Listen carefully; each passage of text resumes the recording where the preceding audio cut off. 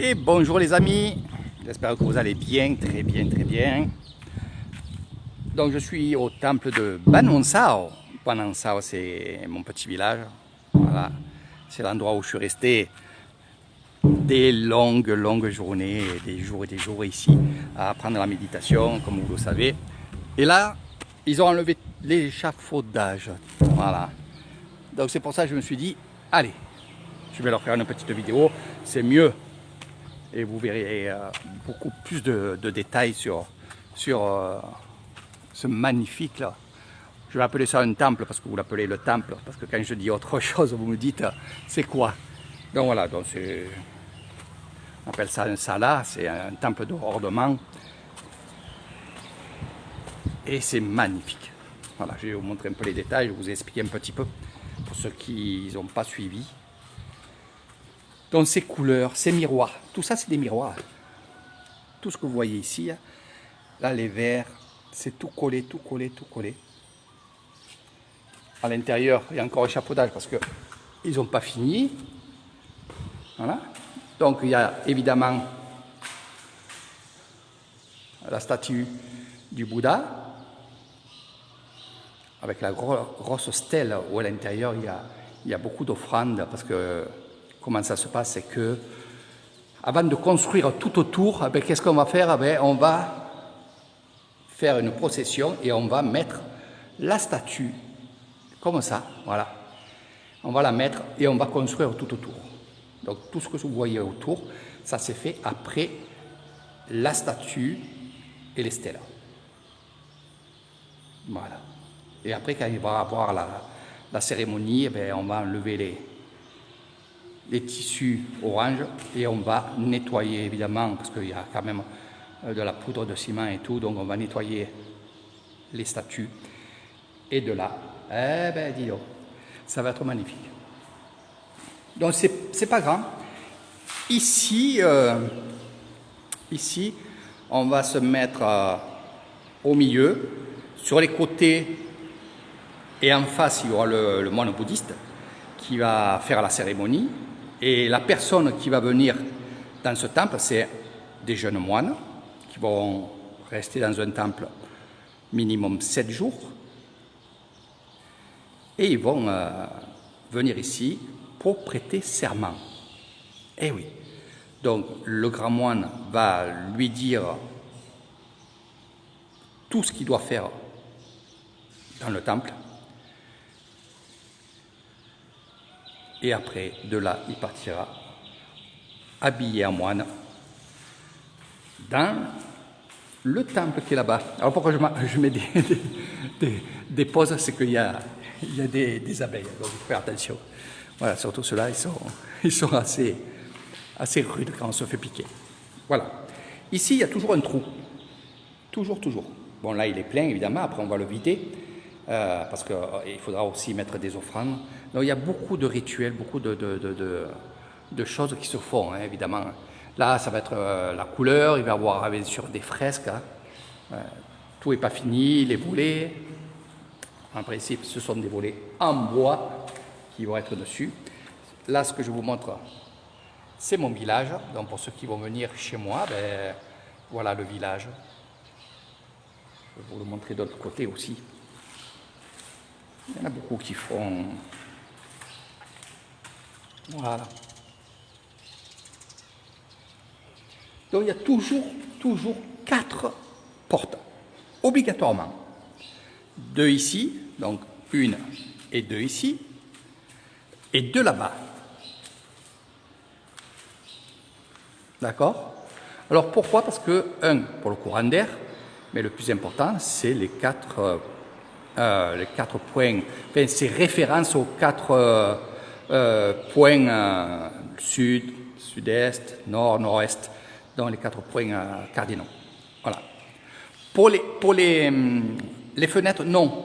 Hein, parce qu'il y en a qui vont me poser la question, me dire, mais pour les fenêtres, non, pour les fenêtres, des fois j'en ai vu qu'il y en avait 3, 2, tout dépend de la grandeur. Ce qui est le plus important, évidemment, c'est les portes. Hein. Et les statues et les stèles ne sont pas mis n'importe comment. Hein. C'est-à-dire que ça, jamais ça aurait été de ce côté-là. Jamais. jamais au milieu. Donc il y a vraiment des sens. Hein. Dans le monde bouddhiste, c'est beaucoup de choses comme ça. C'est magnifique. Que ce soit les piliers ou quoi. Regardez. Manoï. Regardez le village. Voilà. Ça, c'est le point d'eau. Alors, pour parler du point d'eau, tiens, voilà. Là, il y a une grosse pompe. Voilà. L'eau, elle monte dans ces cuves là-bas. Et de là, ça part dans le village. Oui, c'est comme ça. Dans pas mal de temples, j'ai vu ça. C'est bien parce que cette eau, évidemment, dans chaque maison, il y a un compteur d'eau. C'est comme si vous appelez ça l'eau de la ville. Ça ne sert pas pour boire, c'est juste pour faire la vaisselle, pour se laver, pour arroser. Même si elle est propre, elle est claire, on ne la boit pas. Mais ce qui est bien, c'est que cette eau-là, et c'est pour ça qu'elle est haute là-haut, vous savez pourquoi? Parce que ça fait une pression, et ça fait des pressions dans les tuyaux. Et ça va dans tout le village, évidemment. Donc les gens, ils vont payer l'eau au temple. Il y a le trésorier du temple qui va passer tous les mois dans les maisons et il va dire, voilà, vous avez consommé tant, ça fait tant. Terminé. Voilà. Alors ce qui est bien, c'est que ça reste dans le village. Ça ne va pas ni chez le préfet, ni chez le curé. Voilà, vous avez compris, ça reste dans notre village. Et avec ça, eh bien entendu, ça peut servir, en plus des dons, ça peut servir aux travaux, que ce soit au temple et même à l'extérieur. Parce que quand il y a un PVC qui est cassé, à la limite, c'est le temple qui va réparer. Donc il y a plein d'arrangements comme ça, il y a plein de choses comme ça, et je trouve ça génial. Je trouve ça génial parce que finalement, ils sont dans le vrai. Pourquoi? Parce que ici, on est encore à l'âge où on troque du riz, des poulets, des canards, aussi des cochons, puis aussi des vaches, hein, ça aussi, c'est certain. On troque. Ça fait que ils cèdent beaucoup. Les Thaïlandais cèdent vraiment beaucoup, et c'est ce que j'aime dans ce peuple-là. Même moi, ils m'ont aidé, même moi, j'ai aidé. C'est comme ça, ça se passe comme ça. Il faut accepter ce mode de vie, car si on vient dans un village de Lisan, parce que je suis à Lisan, si on vient dans un village comme ça et qu'on se comporte comme chez nous en France, je dis France parce que je suis français, ça ne peut pas marcher. Ça ne peut pas marcher. Tôt ou tard, il y a des crashs.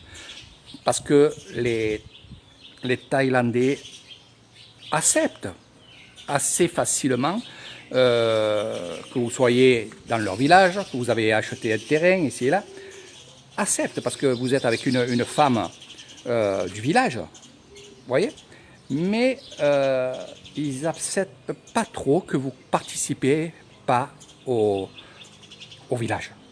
Et c'est normal. Moi je dis c'est normal. Et je le dis toujours, hein, vous vivez en Thaïlande, comportez-vous comme en Thaïlande. Vous ne comportez pas comme en France. Voilà.